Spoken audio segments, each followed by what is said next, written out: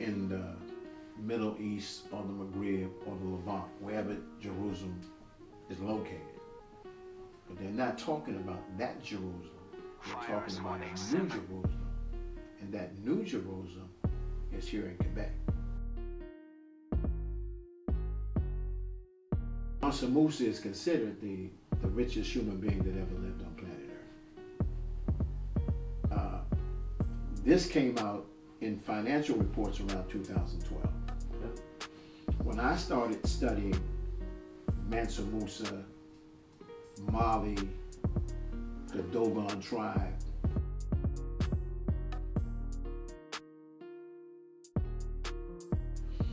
now still I couldn't figure out what, in a positive way, the black story and the white story were connected. So you have a white story, racially, and when I say white, I'm talking about, let's say, skin color. I mean, you know, black, I mean a Caucasian and an Afrocentric, they're two stories that don't meet. They're the Knights of the Round Table, there's Sir Lancelot, there's all of these people in the Knights of the Round Table, King Arthur. Then you have a black story about African kings, Shaka Zulu, so forth and so on, but you don't have anything where these two guys, these two people had anything in common. Now, reading up on Prester John, which was related to the Mossì, Prester John was a person that most European scholars at some point didn't think was a real person. It was a myth of this king called Prester John. And if you looked at the data, it was Prester John in 10 something and then Prester John in 14 something. I mean, how could one man live to be 400 or 500 years old? I mean, if you look at the Bible, Moses lived to be a certain amount of time. I mean, it was kind of spooky. Come to find out, Prester John wasn't one individual. Prester John was a title held by a number of individuals. So Mansa Musa was the grandson. And there's a story about a group of Africans from Mali leaving in a fleet of ships, going towards the New World.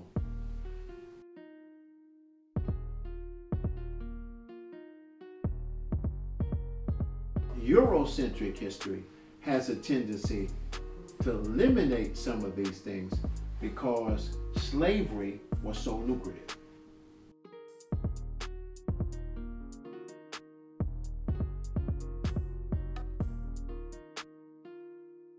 So you had the Sicilians in this area, and you had this African king down here that was doing business with this guy. And they put a deal together. So I shared some things with you where you can see when they talk about Mansa Musa, they talk about Frenchmen. Yeah. And when one of the Africans died, if there was no heir, they would give the land to the Frenchmen. That's the link that was missing.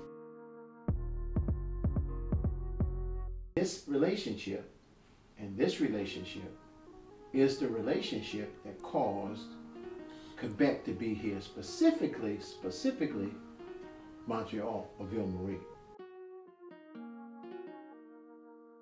Virus 187.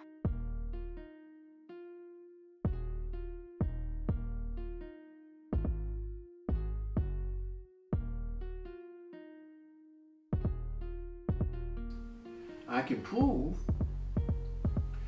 and you can prove me wrong, that what I'm saying is right. So I'm not here to prove that I'm right, but I think somebody who says, Steve, I want to challenge you being right, and you have to prove me wrong. It's how to connect the dots. This is my research. So in this picture, on these pictures, now this is when the Dogon die, they do a skull and bones ritual. They go into a kind of a area and they bury the prominent people this way. So they have skull and bones. This is located in Mali, West Africa, okay? This is located in Arizona in the United States of America. you can see that the building techniques are the same. The building techniques are the same. This particular silo, exactly the same. Exactly the same. What if you discovered the truth, stumbled across it in a realm you never imagined, found it at the right time in the right place? If you tell it, it affects the course of human history. From this day on, every day of your life, you have to choose. You can feel it, keep it a secret, or tell the truth.